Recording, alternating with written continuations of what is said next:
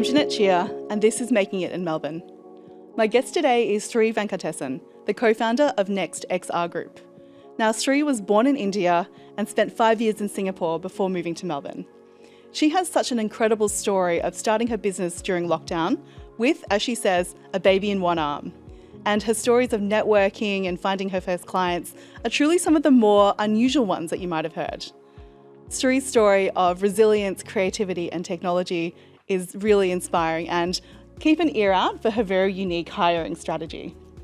This is how Sri Venkatesan is making it in Melbourne.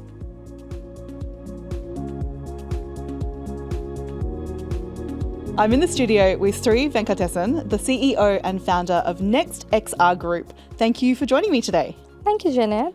I'm so excited to get to know your story. Your background is incredible, but let's start right at the beginning. I heard you were running your first business at the age of 8. What were you doing at 8 years old? It's a funny story, actually. I would say it was more like a testing ground of entrepreneurship. So it started in my balcony. Me and my sister were running a summer boot camp for young kids in our neighborhood. So it just started like 10 rupees per enrollment. It was more like we were running art workshop and theatrical workshop. That sounds really adorable. And it does sound like you were really testing your own entrepreneurial muscle at the early days. I'm curious about the fact that you also then wanted to study psychology first and ended up doing an IT degree instead. But then you did a fine arts degree. Tell me about this educational background that you have and the mix of skills you've gained.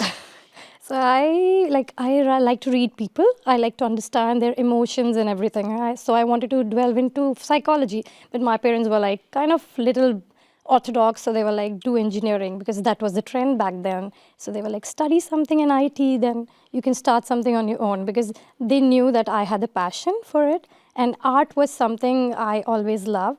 I still call myself an artist. So I wanted to get some professional qualifications in art. So that's why it happened. That's why it happened. Yeah. And so this balcony that you were on at the age of 8, where were you? Where were you physically based? So I was based in Delhi, in India. And when did you and your family decide to move to Australia? What was your journey from Delhi to Melbourne? So I got married and moved to Singapore. So there was a pit stop in between India and Australia. And then back in Singapore, I was trying for PR, which we didn't get. So we were like, we'll explore some other options. And Singapore being very hectic life, I wanted something little laid back. So that's why I was picking countries, and I was looking between Australia and Canada. But Canada, because of the harsh weathers, I was like, maybe my parents will keep visiting me often. So I was like, I'll pick something in between, and Australia happened. Pick something in between. It's interesting that Melbourne actually won out because of our weather. I don't think you hear that very often. I didn't pick it because of the weather, honestly. I picked it because of the art, because I wanted to start my own art gallery back then. So that was the dream, what brought me to Melbourne. Oh, so our reputation as a global arts centre drew you here. Well, that's interesting because you've also written and illustrated not 1 but 3 children's books. Is that right? Yeah. Tell me about these. What were these about, and how did you decide that that was what you wanted to do with your time? The funny part was I was in my maternity break, and COVID happened. And then I didn't want to get back to work. I didn't look for any options for work. Instead, I was like, why not I focus on my passion?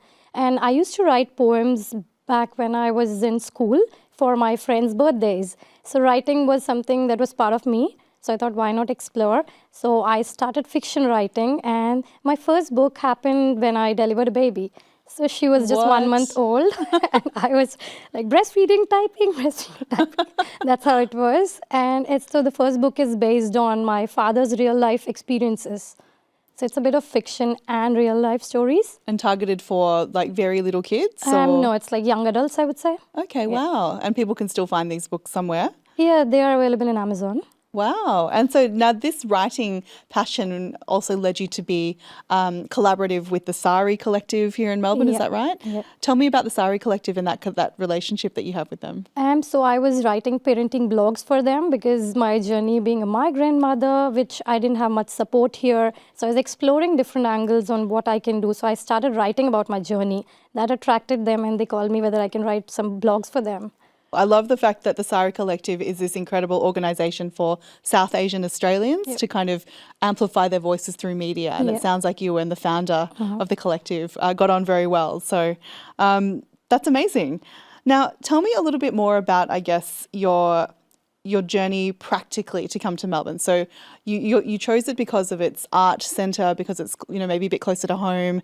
The weather wasn't as harsh as Canada. But was there also, I guess, a visa pathway that you travelled into Melbourne on? Yeah, I came through skill migration. So I applied for a PR and came here in 2018. And did you have an employer sponsoring you in that time? No. No. So getting an employment was another hard part because like everyone will look at your resume and they'll say, wow, you have a great resume, but you don't have a local experience. So that was something I kept hearing again and again. That must have been really challenging for you. It was, but I didn't lose hope. So I believe like I have a lot of talents, so I will explore something or the other. What I'm hearing immediately is a sense of, I guess, joy of exploration of new things and of resilience, you know, which I think a lot of migrants have in common is we choose to go somewhere else and start a new life there because of the resilience. Now, I have to say, the fact that you were in lockdown, you just had your first child, you've published a book, and then you've also started NextXR during this time. So how did the business idea come about, and what were you thinking about when you couldn't leave the house and coming up with NextXR?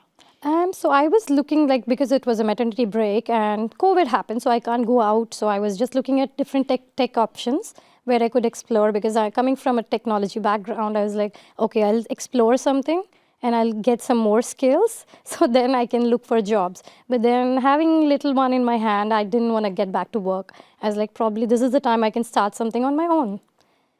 And because COVID gave us a lot of time to reconnect with old people, I was tapping my old networks. I was talking to one of my friends who owns a VR company back in India. So that kind of gave me an inspiration because it combines all my skills. So the first step of VR is storyboarding, where you get your art hat on. You can explore and draw something and create the first level of how the VR module is going to look like. Mm-hmm. So that's when I was like, okay, I'll combine all my skills, and probably this is something I really want to do. We're talking about using VR, so virtual reality, and AR, or augmented reality technology, to help people experience skills from theory to practice. Now, could you give me an example of how NextXR does that for clients? What's a particular project that you've worked on? There are so many. I will just give you an example of, imagine you're in a manufacturing setup and you have to train your employees. So in a real world setup, there's a lot of wastage, there's lots of safety issues, there's usually incidents that happen. So with VR, we did the entire simulation of the factory setup, and you can train your employees wearing just a VR headset and in a very safe and secure way. And it replicates the entire factory setting, so it really looks like you're actually in the real factory. And so something like this, and I think one of the examples I saw on your business was training somebody to work on a wind turbine, right? Tell me about what that kind of experience might look and feel like to the person doing the training. You know, wind turbine is actually quite high in terms of, so I've seen people tremble legs if you have the fear of heights. So that was the experience. That's how immersive it could get. That's really vivid because, I mean, I think we've all played the game where you might see a dinosaur or you're trying to balance on a ledge, and what you're doing is using that sort of immersive experience to help people know what it would be like to work actually in these challenging environments. What's the span of industries that you've supported with NextXR? So initially the plan was, because this can be useful across any industry, but then slowly we started delving into industry, and I found that construction, manufacturing and education can be the main things where I really want to focus.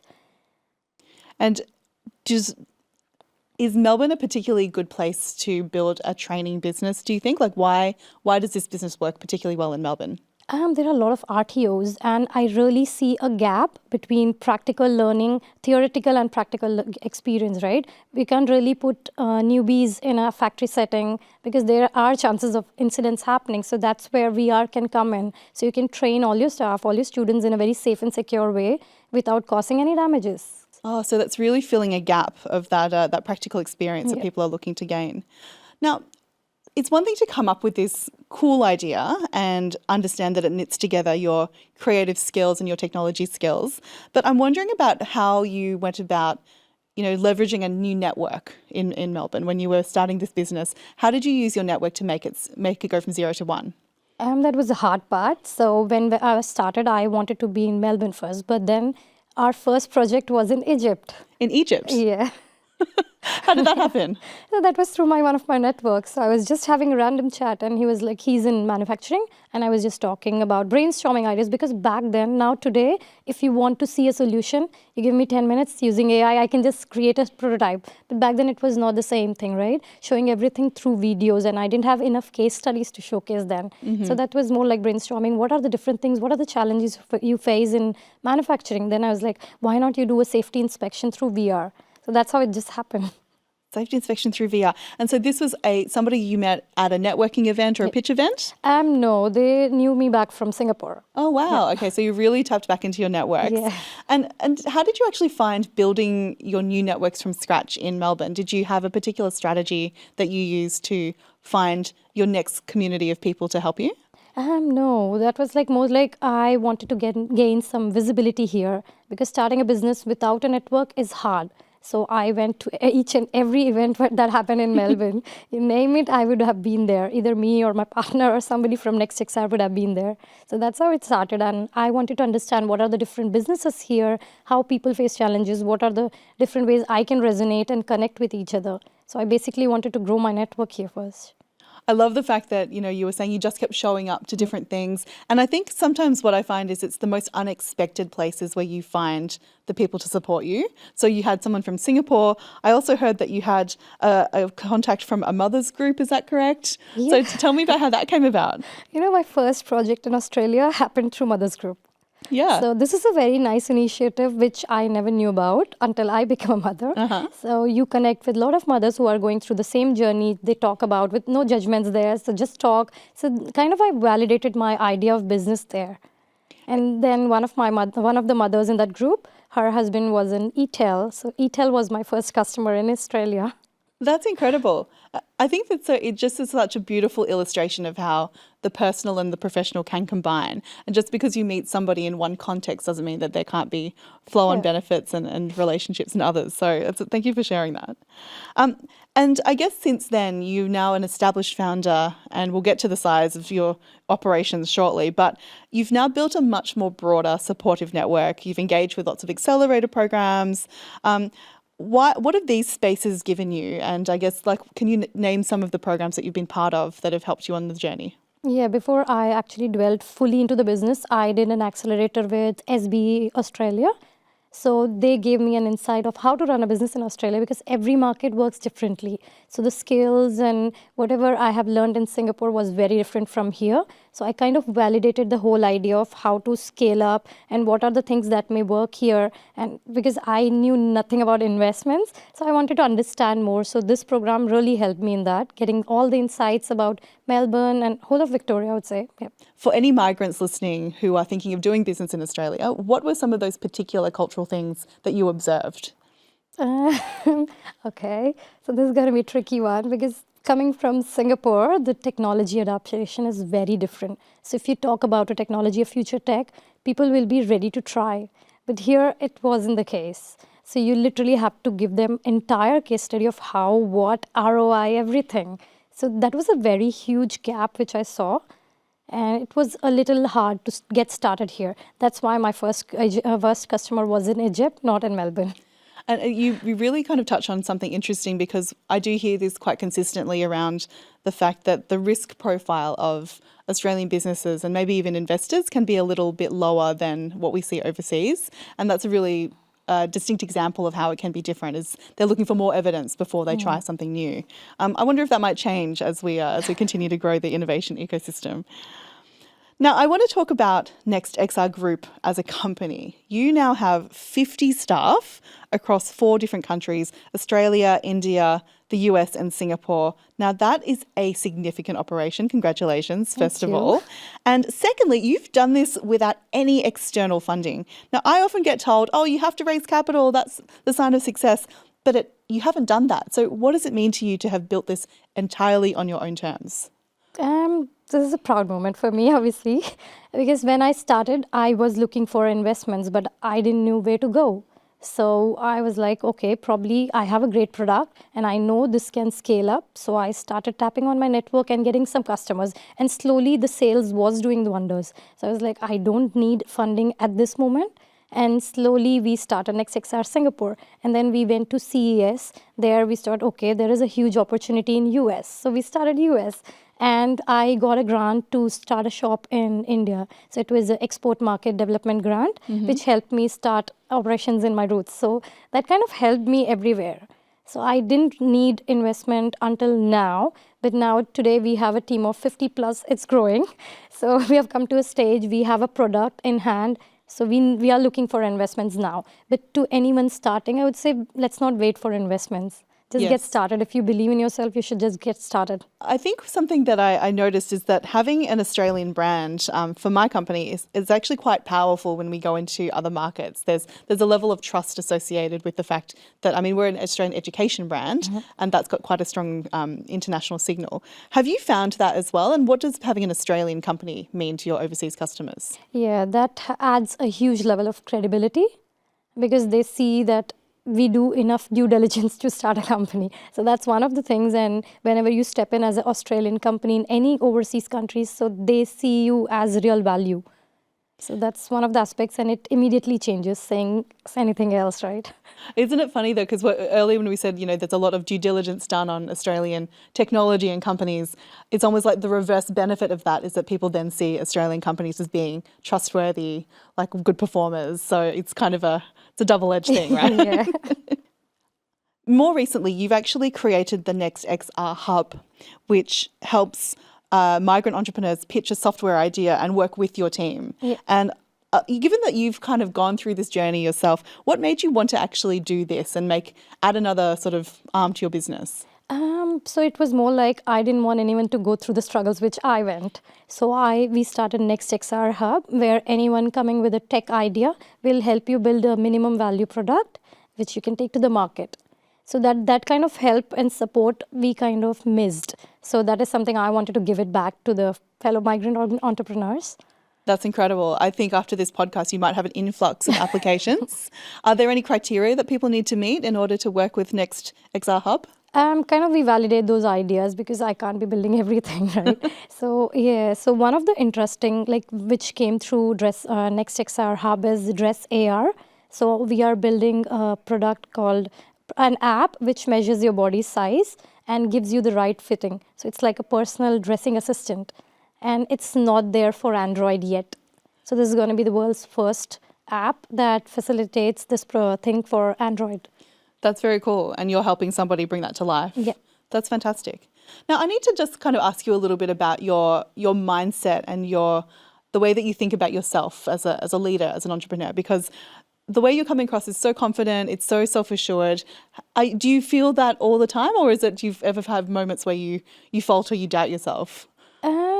I kind of don't doubt myself. It was more like being a mother changed the whole narrative, to be very honest, because you only get 1 hour or 2 hour windows where you have to do everything. So you have to learn to prioritize. So that kind of helped me, that skills I'm putting back into my business. It's really sort of figuring out what is exactly the right thing to do at the moment. Because you get limited time. So what is the exact thing you really want to focus on? So that sort of, it's so the time crunch, forced prioritization. I really like that as a perspective. And so would you maybe give that advice to other entrepreneurs that are starting out now to kind of, for someone who might not be a parent or has lots of time, how would you help them prioritize what's important?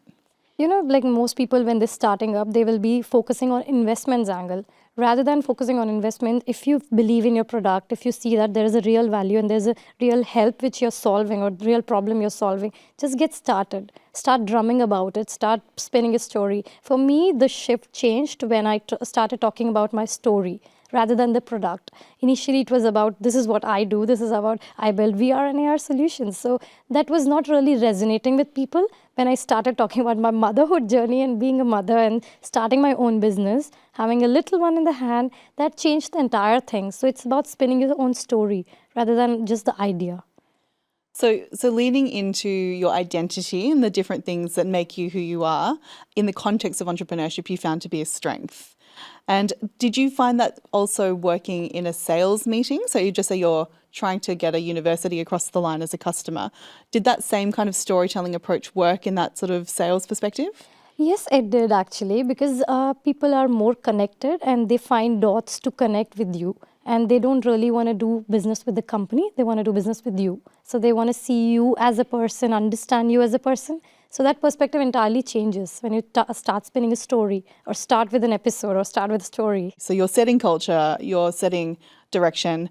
I'm curious about your hiring approach. So how do you decide whether somebody's the right fit for your company? What kind of skills are you looking for? Do you have a great process that you'd like to share? It was more like a test and trial, to be very honest. So we started with LinkedIn hiring first, and then I wanted to understand them. So what we do is we have a unique program. We don't take you as a full-time staff with us. You start as an intern with us, and we see if you're fitting in the culture, because right fit is very important. Otherwise, it will slow your whole operations. So we first take you for 3 months and understand whether you may be technically sound, but if you don't have the right mindset and teamwork, then it doesn't fit. So that's something we always look into an individual. So they start for 3 months, train with us, and if they fit, we give them a full-time opportunity. Otherwise, we just show them the door. Oh, right. So it's a really sort of a trial by that first 3 months and good training. And it's a nice way to see if somebody is all talk or if they can actually walk the walk. If you were meeting with someone who's just arrived in Melbourne, they've got a business idea but no network and no funding, how would they start? What advice would you give them? Now you have AI, so you can just create your own planner using AI. What are the different startup events happening? Just go there, just show up and meet people. Okay, so we're using AI, we're meeting lots of people. I have to know, how is AI changing the shape of your business and the way you're looking to the future? It's actually making more productive. It is making us more efficient. Like back in the days when we started as only only XR company. And slowly I was looking into the trends and everything. We shifted as XR plus AI. And today we are moving into XR plus AI plus immersive solutions. So it's all changing. Like keep looking at the trends, what is happening. Because when ChatGPT just started, people were still reluctant to go through it. And today everyone has something or the other AI using, right? Now, finally, is there something that you would like to, where are you going next? What are the big picture things that you have in mind for NextXR? And so we had a big pipeline in Middle East, and this war happened. So it's kind of a pause now, and we are looking at scaling into more countries. We're looking into getting into Europe. So that's the next plan. Okay, so we're moving into some new markets again. Yes. That's amazing. This has been a very inspiring conversation. I've learned a lot. And thank you so much for sharing your inspiration, your creativity, everything from children's books to wind turbines, all the way through to working with a baby in one arm. And that's amazing. So Sri Venkatesan from NextXR Group, thank you so much for joining me. Thank you, Janet. It was wonderful talking to you. Thank you.